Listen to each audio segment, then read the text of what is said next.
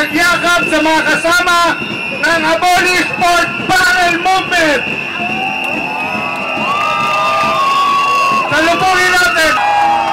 Binabati namin ang mga kasama namin na taon-taon, halos buwan-buwan nagrarally para ituloy ang mga isyu na madalas natin nakakalimutan ang mga organisadong grupo.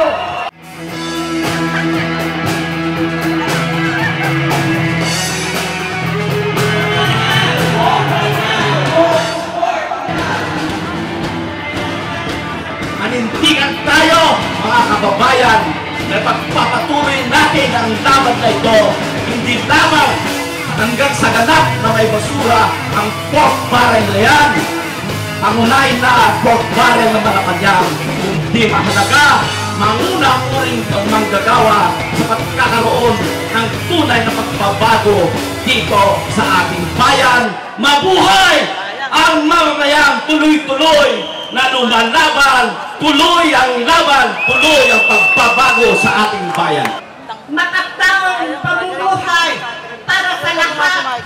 Ang laban natin ngayon ay kontra trapo. Ang laban natin ngayon ay kontra pork. Ano ang laban natin?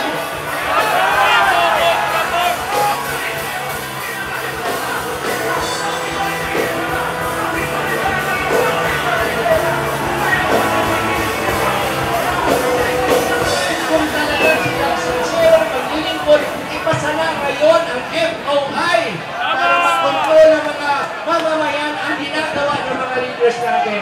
Mga kapatid, sama-sama tayo. Hindi tayo titigil hanggang matanggal ang pork barrel. Hindi tayo titigil hanggang matanggal ang pork barrel. Ngunit, dismayado ako sa kasalukuyang administrasyon.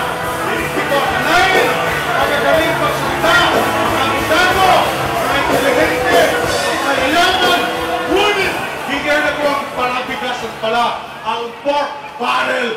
What if hindi kami magbayad ng buwis? What if hindi po tayo magbigay? Kasi yung buwis natin, kinukura ng mga nasa gobyerno. Kaming mga simpleng manggagawa dito sa Makati, every time na makikita namin ang aming mga payslip, ano ang sigurado? Tax deducted na ang mga tax siya po talaga. Kaya, Ginoong Presidente, hindi ka namin tatantangan.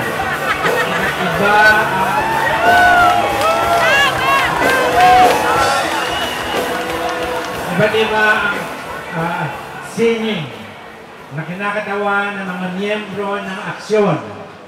At itong mga anyo na kanilang hawak ay siyang gagamitin upang patuloy na ikaw ay ukil-kilin tungkol sa problema ng korupsyon.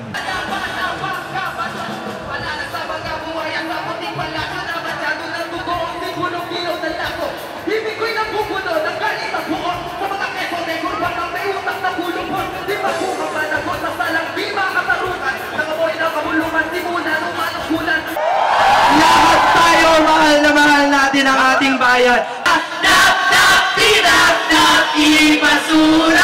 Dapat lamang din na may tunay na gobyerno na magtataguyod ng interes ng mamamayan at hindi kagaya ng gobyernong ito na sila-sila lang at para sa iilan.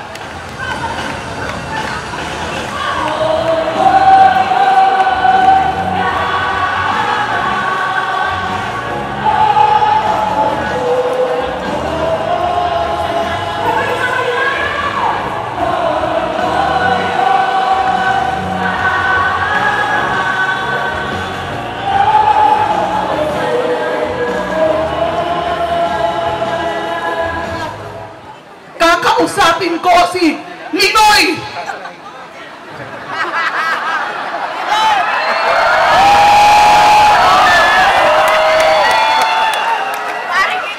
Ninoy! Tulungan mo naman kami! Isama mo na si Tita Cory! Kausapin mo ang anak mo!